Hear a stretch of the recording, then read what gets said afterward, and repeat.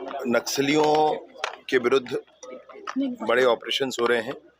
हर बार election के समय में नक्सली बड़े वारदात किया करते थे, इस बार ये काम उल्टा है।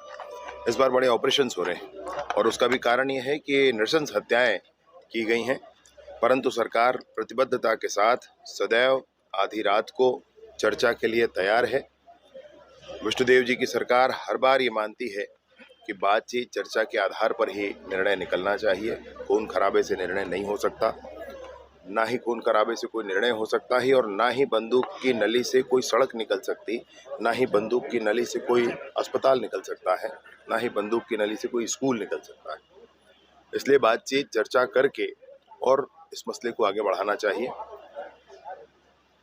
मैं विशेष रूप से जिस बात के लिए आप सब से एक बात जो कहना चाहता हूँ ये है, बहुत ही दुर्भाग्यजनक है।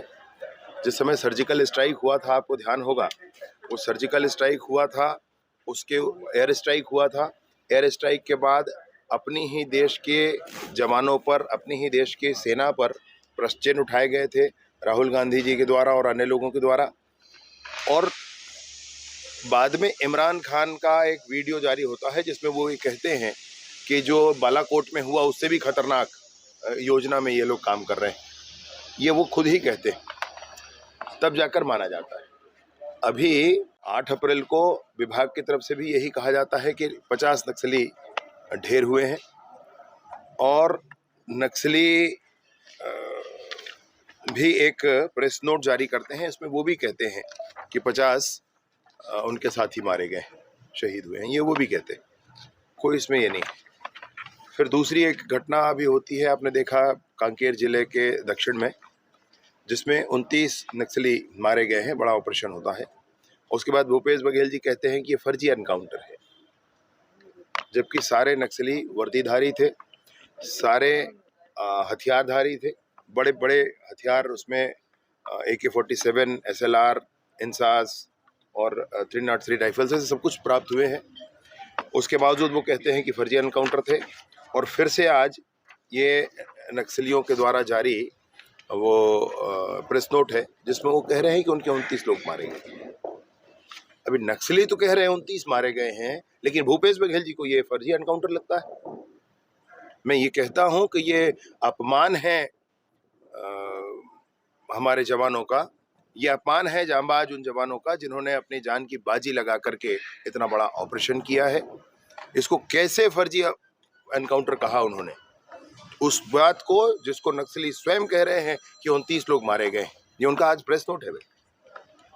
ऐसा कभी और नहीं हुआ था, लेकिन इस बार ईश्वर ने सब कुछ स्पष्ट किया हुआ है, साफ साफ है सब कुछ। तो जब ऐसा है तो भूपेश बघेल जी ने ऐसा क्यों कहा, ऐसे कैसे कहा, क्यों मनोबल तोड़ा, क्यों समाज में भ्रम फैलाने की कोशिश की?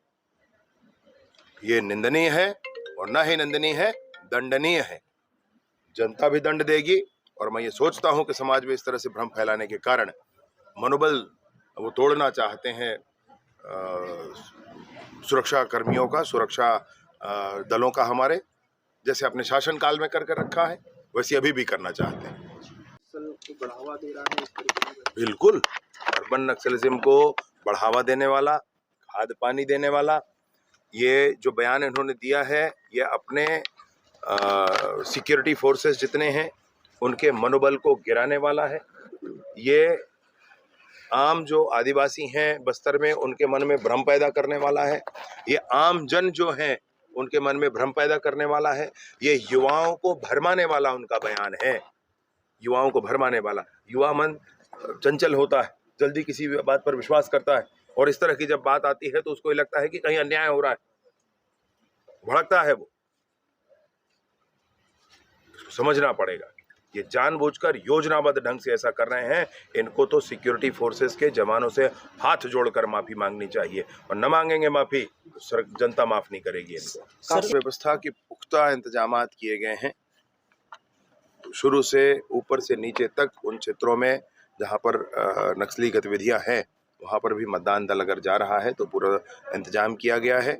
कुछ बूथों को शिफ्ट किया गया है मेन रोड पर कि वहां पर हमारे ये हो, मतदान हो। और उसके साथ साथ बिल्कुल ये आग्रह किया गया है मतदान दलों से भी कि आप पुलिस के किसी भी निर्देश को, किसी भी सलाह को ज़रूर मानें और ईश्वर से भी प्रार्थना है ये सब की मेहनत अकारथ न हो, इस बार शांतिपूर्ण ढंग से ये चुनाव निपट जाए। ये देख रहे